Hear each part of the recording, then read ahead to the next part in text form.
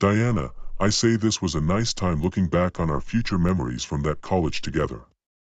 Now let's walk on home.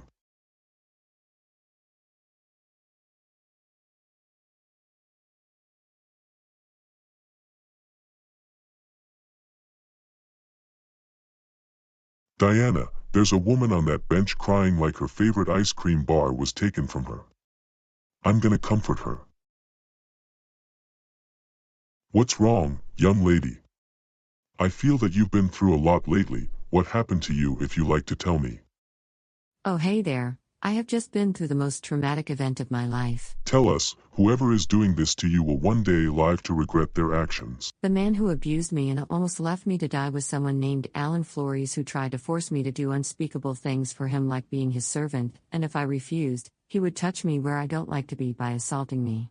I'm scared for my life. I thought he was gonna end me. That man will regret everything he's done to you. I am happy that you didn't end up worse. All because I played a role in getting him dismissed from the Vietnam military due to his heartless actions. Dale, I think we should call whoever this woman is living with unless she can tell us. I live with my father. He was a former lawyer until my mom wanted him to have nothing in life. That was 6 years ago. He's still finding it hard to get his old career back. I'm happy he saved me from that evil man. Your father must be quite the man to have once been a lawyer before being disgraced. I'm sure he can get back on his feet very soon. Don't you worry, I'll call him to make sure you're safe. Listen, you're this young woman's father, right? Look, I found your daughter here with me. Would it be okay for her to stay with us until she can be okay? Listen, who are you? I'm Dale Allison Davis, the office supervisor at Magna Industries. A small company, and what is your name? I'm Paul Maximilian. I am the father to the young woman currently located in your house.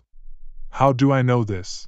Because her and I were actually in the process of her moving out of my nest into the real world very soon. Young lady, it sounds like your father is getting worried about you being missing. Can you please hand over the telephone? Sure thing, sweetheart. Dad, if you can hear me. I'm sorry I ran away from home, but I had to get away from your overbearing nature. It was driving me insane. Plus, I'm terrified to be with you right now. Paulina, I miss you too.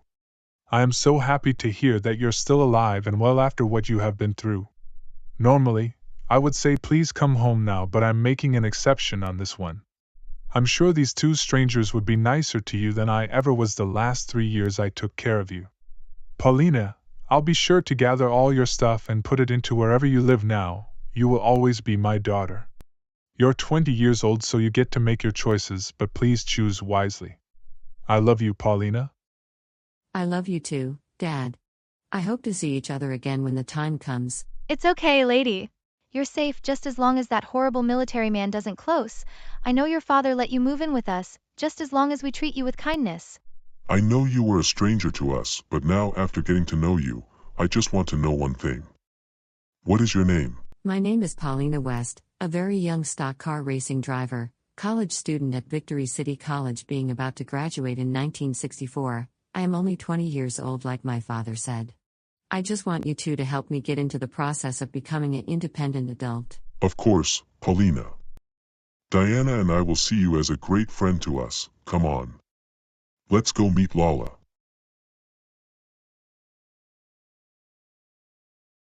Lala, I think we have some people at our doorstep. I'll get it. Oh my goodness, hi Dale, Diana. How are you two, lovely cuties, doing on this lovely day? Dale, I just want to ask you. Who is this younger woman in a purple doing in our house? This young woman in a purple dress is Paulina West, our new friend to the group. I found her on a park bench crying about being assaulted by an ex-military sergeant who had it out for her. Diana and I felt bad for her, so we allowed her to move in with us until she became independent next year. Her father allowed Paulina to move into my house since she was in the process of moving out anyway. Lala, why don't we check in our baby Lawrence? Good idea, Aaron. Isn't Lawrence so cute? He looks adorable when he's asleep. This is one of the days where I love being a mom now.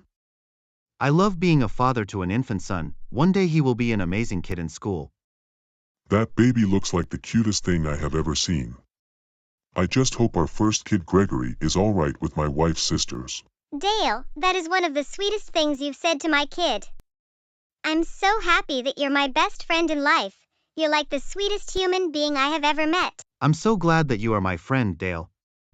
I know you were her first romantic partner before I met Lala and became her husband almost 4 years ago. Lala, I'm so glad to have you back in my life.